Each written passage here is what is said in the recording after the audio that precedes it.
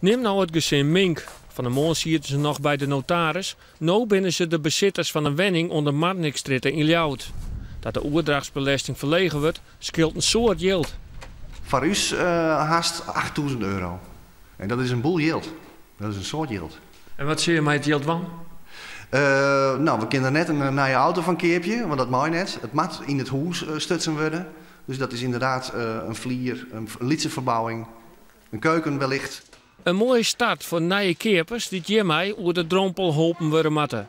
Want dat zit erachter, zo maakt het kabinet Ljouwert bekend. Maar we waren natuurlijk al een tijdje over in gesprek, omdat we ook zagen, zoals heel veel mensen dat natuurlijk zien, ook mensen die nu hun huis willen verkopen, dat er een probleem is met die woningmarkt. Dat is een reëel probleem. En dit is echt even zo'n, je zet even de versnelling terug naar 4 om te kunnen accelereren.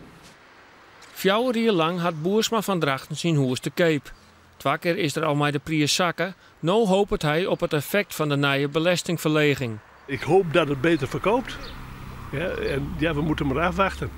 Het kost even tijd. Ik denk dat de men er ook even aan moet wennen dat voor 6% naar 2% gegaan is. En wij wachten wel af.